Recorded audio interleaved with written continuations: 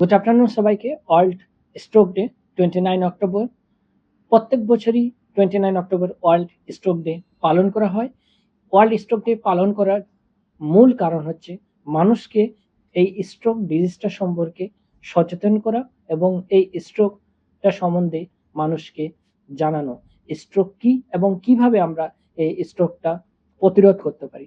তো আজকের ভিডিওতে আমি খুব সংক্ষেপে স্ট্রোক কি এবং প্রকারভেদ কি এবং কিভাবে আমরা স্ট্রোক প্রতিরোধ করতে পারি সেই সম্বন্ধে আপনাদের সাথে আলোচনা করব।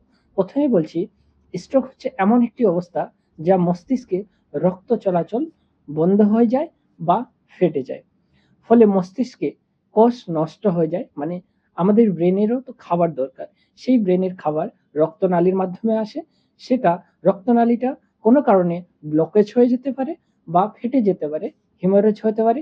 এর ফলে মানুষ হঠাৎ কথা বলতে পারে না, হাত পা নাড়াতে পারে না, এমনকি জীবনও হারাতে পারে। তো আমি প্রথমে স্ট্রোকের ফার্স্ট যে সিমটমসগুলো দেখা যায় সেগুলি আপনাদের বলার চেষ্টা করছি।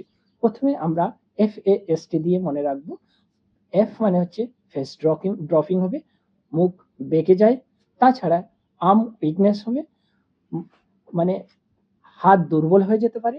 এবং এস তে স্পিচ ডিফিকাল্টি, মানে কথা বলতে প্রবলেম হতে পারে, মানে কথা জোড়ানো টাইপের কথা হতে পারে। এবং টি তে আমরা মনে রাখবো টাইম ফর অ্যাক্ট ফার্স্ট, মানে খুব দ্রুত আমরা কল করব বা এমার্জেন্সি আমরা হসপিটালে নিয়ে যাব।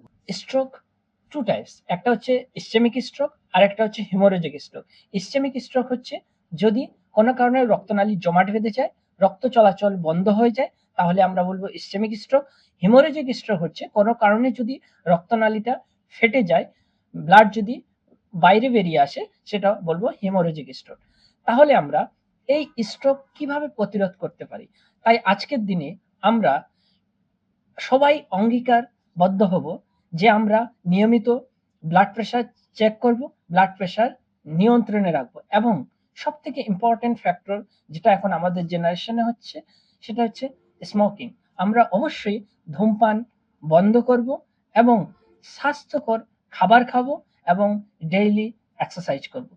তাহলেই আমরা স্ট্রোক থেকে বাঁচতে পারবো। যাই হোক, স্ট্রোক প্রতিরোধযোগ্য, শুধু জানতে হবে ও সতর্ক থাকতে হবে, তাহলে আমরা স্ট্রোক থেকে বাঁচতে পারবো। সবাই ভালো থাকবেন, সুস্থ থাকবেন। ধন্যবাদ।